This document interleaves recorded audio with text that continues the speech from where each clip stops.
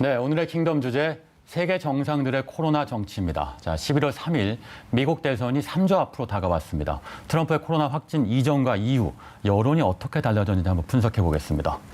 네, 여론조사 결과에서 조 바이든 민주당 대선 후보와 트럼프 사이 지지율 격차가 점점 더 커지고 있는 모양새입니다.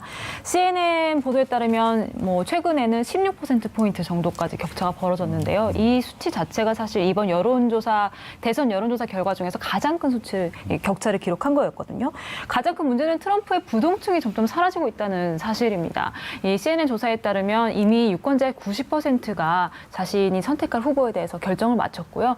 좀 아직 결정을 못했다라는 사람들이 유권자가 8% 정도에 불과했거든요. 그리고 또 변동될 수 있다고 말한 사람이 8%인데 문제는 트럼프 입장에서는 바이든을 결정했다 트럼프로 넘어가는 게 사실 좋은 입장인데 이 반대가 훨씬 더 많았다는 거죠. 네, 트럼프에서 바이든으로 넘어가는 중도층이 많아지고 있다. 부동층이 많아지고 있다. 네. 자, 트럼프가 코로나 확진 3일 만에 초고속 퇴원을 했는데요. 그 이후에 정치 행보 어떻게 달라졌습니까? 네, 사흘 만에 퇴원을 한 이후에 마스크를 또 벗어 던졌죠. 그리고 또 2,000명이 넘게 운집하는 대규모 행사를 백악관에서 열었습니다. 그만큼 마음이 급하다는 걸 보여줄 수 있는 상황이고요. 네. 2차 TV 토론도 굉장히 좀 추진을 했었는데 조 바이든 후보가 결사반대하면서 결국 취소가 됐고요. 경기 부양책도 교착 상태에 있습니다. 이 협상 중단에서 대규모 부양책 수용으로 선회를 하긴 했지만 여전히 지원 규모나 대상을 둘러싸고 민주당과 이견을 보이고 있기 때문에 지금 혼란이 계속되고 있습니다. 네, 미국 대선 후보인 트럼프와 바이든은 이 유세 스타일도 굉장히 상반되는데요. 먼저 퇴원 후 백악관 발코니에서 미니 연설을 한 트럼프의 영상 보고 오시겠습니다. First of all, I'm feeling great. I don't know about you. How's everyone feeling? Good? I want you to know our nation's going to defeat this terrible China virus, as we call it.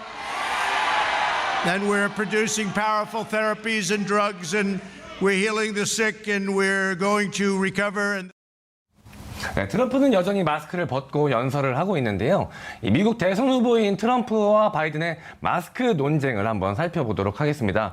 화면을 통해서 그 둘의 대화 내용을 좀 보실 텐데요. 바이든은 내가 본 것 중 가장 큰 마스크와 함께 나타난다 라면서 미국 TV 토론에서 약간 조롱조의 발언을 남겼고요. 조 바이든은 마스크 벗는 트럼프 문제가 아니라고 생각하는 사람이 없길 바란다면서 이 MBC 타운홀 행사에서 밝혔습니다. 이 트럼프는 평소 이 마스크를 쓰고 다니는 바이든을 조롱하는 듯한 발언을 계속해서 이어왔고요. 바이든은 퇴원 후에도 마스크를 벗고 연설하는 트럼프를 심각하게 계속해서 이야기하고 있습니다.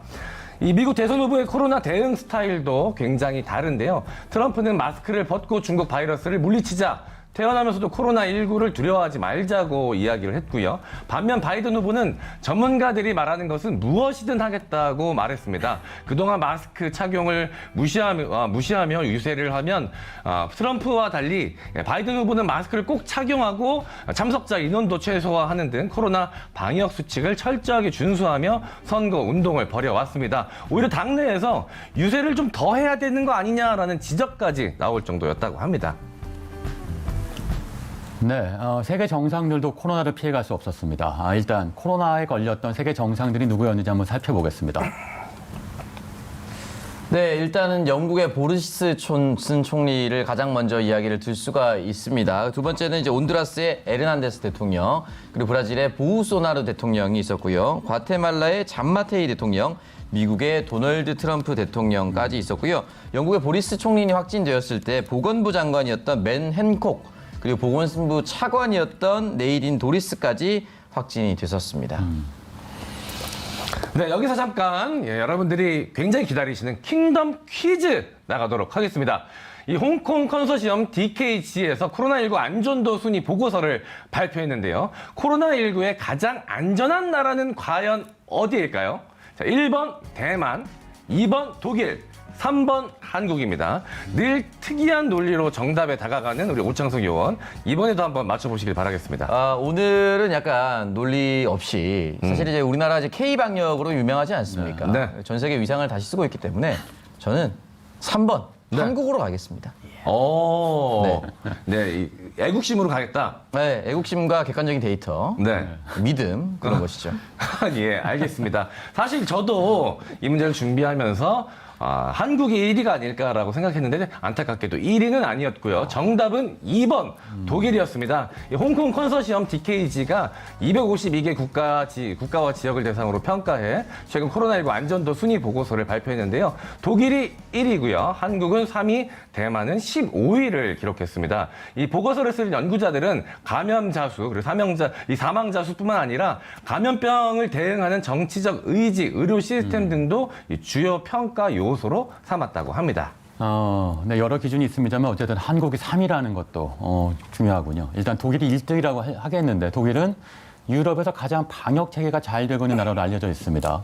메르켈 총리의 코로나 정치 어떻게 분석할 수 있을까요? 일단 객관적인 데이터를 통해서만 접근을 하고 있는 것처럼 보입니다. 저희도 이제 1, 2, 3단계를 나눴을 때 몇 명이 모이는지 규정을 해두지 않았습니까? 독일 역시 마찬가지인데요. 공적 모임 같은 경우는 50명, 사적 모임은 25명으로 인원수를 제한해 두고 있고요. 일단 공공장소에서 주류 판매를 일단 제한을 하고 있습니다. 또한 공공의료 서비스를 5조 6천억 원 지원하겠다라고 이야기를 했었고, 크루츠 아르바이트라고 하는 단축 근무제를 확대하겠다라고 이야기를 남겼습니다. 단축된 근로 시간만큼의 임금은 정부가 좀 보전해주는 제도인데요.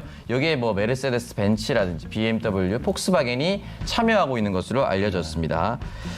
메르켈 총리 같은 경우는 사실 이제 양자 화학 박사 출신이라서 과학과 증거에만 의존한 정책 결정을 하고요.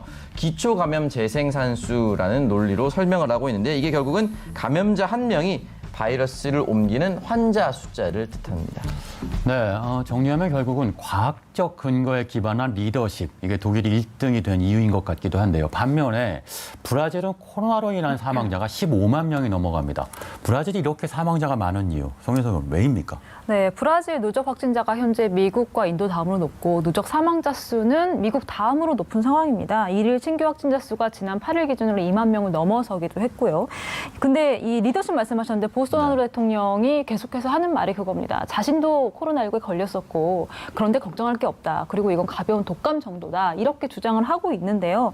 코로나19 공포감이 확산이 되다 보니까 이게 언론의 히스테리 때문에 벌어진 일이다라는 엉뚱한 화살을 돌리기도 합니다. 결국은 경제 회복을 앞세워서 뭐 지방 정부가 경제를 좀 봉쇄를 한다든지 이런 사회적인 봉쇄를 한다든지 이런 정책에 대해서도 강력하게 사실 비난을 했던 게 보소나로 대통령이거든요. 그런 면에서 봤을 때 각국 정상의 리더십에 따라서 사실 이 각국의 이 코로나19 상황이 어떻게 달라지는지를 볼 수 있고 트럼프라든지 보소나로 대통령처럼 코로나19를 가볍게 여기고 국민들에게도 이것을 굉장히 경시할 수밖에 없도록 만드는 분위기, 리더십 자체가 현재의 결과를 만든 게 아닌가 싶은 생각이 듭니다. 네, 자, 그럼 아시아로 넘어오겠습니다. 일단 범위를 좁혀봐서 한중일 코로나 방역을 한번 비교해 볼까요? 네, 그럼 한중일 코로나19 방역 상황을 비교해 보도록 하겠습니다. 한국은 이번 주 월요일부터 사회적 거리두기 1단계로 완화한 상황이고요. 중국은 지난 9월 8일 코로나19 유공자에게 훈장을 주면서 방제 성과를 과시했는데요. 사실상 코로나 종식 선언을 했다고 볼 수가 있습니다. 하지만 중국 본토에서 57일 만에 확진자가 나온 상황이라 향후 대책에 주목해야 될 것 같고요. 일본은 코로나19 유전자 증폭 검사인 PCR 검사 체제를 확충하고 내년 상반기 전 국민 백신 확보를 목표로 하고 있습니다. 이 코로나19 안전도 순위 보고서에 따르면 한국은 3위, 중국은 7위, 일본은 5위로 보고가 되고 있습니다. 안전도 순위에서 중국이 7위군요. 그런데 중국의 경우에는 지난 10월 1일부터 8일까지 큰 국경절이라는 연휴가 있었잖아요. 그때 중국 국내 여행을 장려했다는 얘기가 있던데 이유가 뭡니까? 네, 이번 연휴 기간이 황금 연휴였죠. 두 개의 연휴가 합쳐진 거기 때문에 2020년 들어서 가장 긴 연휴였습니다. 그런데 중국 사람들이 어쨌든 여행을 많이 해야지 해서 돈을 써야지 내수 경제가 활발해지기 때문에 이 여행을 장려했던 거고, 이 중국에서는 이 국내 여행으로 사실 창출되는 부가가치가 하나로 53조 원이 될 거라는 전망도 내다봤었거든요. 게다가 말씀하신 것처럼 코로나19에 대한 사실상 종식을 선언을 했고 표창대회까지 열은 상황에서 대내외로 중국이 지금 굉장히 안정적인 상황으로 가고 있다는 것을 과시하고 싶었을 겁니다. 그리고 또 빨리 시작한 만큼 빨리 끝난 것도 맞아요. 지금 현재 중국 경제 상황이 굉장히 빠르게 회복을 되고 있는 것도 맞고, 그런 걸 보면은 뭐 이번 연휴 동안 초반 사흘에만 약 7만 건에 달하는 여행이 있었다는 것 자체가 중국 당 당국이 얼마나 사람들에게 여행을 장려했는지를 보여줄 수 있는 대목이지만 문제는 어제 나왔죠. 확진자가 대거 발생을 했고 지금 수백만 명이 검사를 대기하고 있는 상황입니다. 그렇기 때문에 이 시진핑 중국 국가주석의 또 뭔가 다른 나라와는 현재 다른 리더십이 또 다른 또 코로나19의 전염을 또 야기한 게 아닌가 싶은 생각이 듭니다. 네, 또 하나 짚어볼 건 세계 각국 정상의 리더십, 코로나 리더십을 살펴보면 중국에 대한 책임론을 무는 리더들이 많이 있습니다. 물어야 할까요? 이런 여론도 많긴 합니다만. 네, 맞습니다. 일단 각국 반응이 좀 다르긴 한데 미국 같은 경우는 대선을 앞두고 여전히 중국을 이제 카드로 활용을 하고 있죠. 트럼프는 대선 캠프가 열리기 전부터 이미 아까도 말했던 중국 바이러스라는 표현을 쓰면서 굉장히 자극적으로 이제 반응을 하고 있었고요. 그리고 또 코로나 피해가 큰 유럽에서도 중국의 이제 그 코로나19 책임론을 두고 굉장히 많은 의심의 눈초리를 보내고 있습니다. 특히 이 코로나19를 중국이 좀 은폐했다라는 부분에 대해서 지적을 하고 있고 현재는 빨리 시작한 만큼 백신 개발도 빨리 이루어지고 있는데 이런 백신 개발 과정에 대해서 중국 정부가 좀 감추는 게 아니냐라는 의심도 현재 함께 보내고 있습니다. 일본 상황도 나쁜데 일본은 지금 현재 리더십이 바뀌었습니다. 스가 내각이 출범하면서 고투 트래블이라는 일본 캠페인을 확대하고 있는데요. 이달부터 외식 산업을 활성화하겠다. 고투 이트 또 시행하고 있습니다. 이거에 대한 반응은 어떻습니까? 네, 일본 경제가 워낙 침체되어 있다 보니까 일본도 마음이 급합니다. 그래서 고투 트래블을 먼저 시작을 했었는데 사실 고투 트래블 시작하고 나서 엄청난 확진자가 발생을 했습니다. 그럼에도 불구하고 고투 이트라는 다시 이제 새로운 캠페인을 시작했는데 이게 온라인 예약 사이트로 식당을 예약을 하면 이 가게를 방문했을 때 포인트를 돌려주는 제도입니다. 문제는 이 포인트는 정부가 제공하는 게 맞지만 이 온라인 사이트를 이용할 때 사용되는 이 수수료는 사실 가게의 몫이거든요. 그렇다 보니까 뭐 캠페인 위탁 업체가 수천억 원을 챙기고 이 대형 업체나 대기업은 이 혜택을 받을 수 있지만 오히려 지금 벼랑 끝에 몰려 있는 자영업자들, 소규모 자영 영세 업체들은 사실 수수료 감당을 못 하고 있거든요. 그런 부분이 다시 한번 문제가 되고 있죠.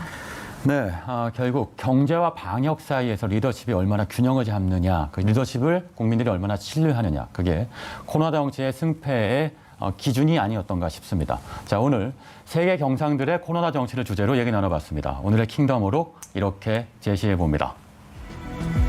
코로나 시대, 마스크 속에 담긴 민심을 읽어라. 네, 여러분도 한 번쯤 생각해보는 시간을 가졌으면 합니다. 자, 송현석, 오창석 연구관은 여기서 인사드리겠습니다. 두 분 수고하셨습니다.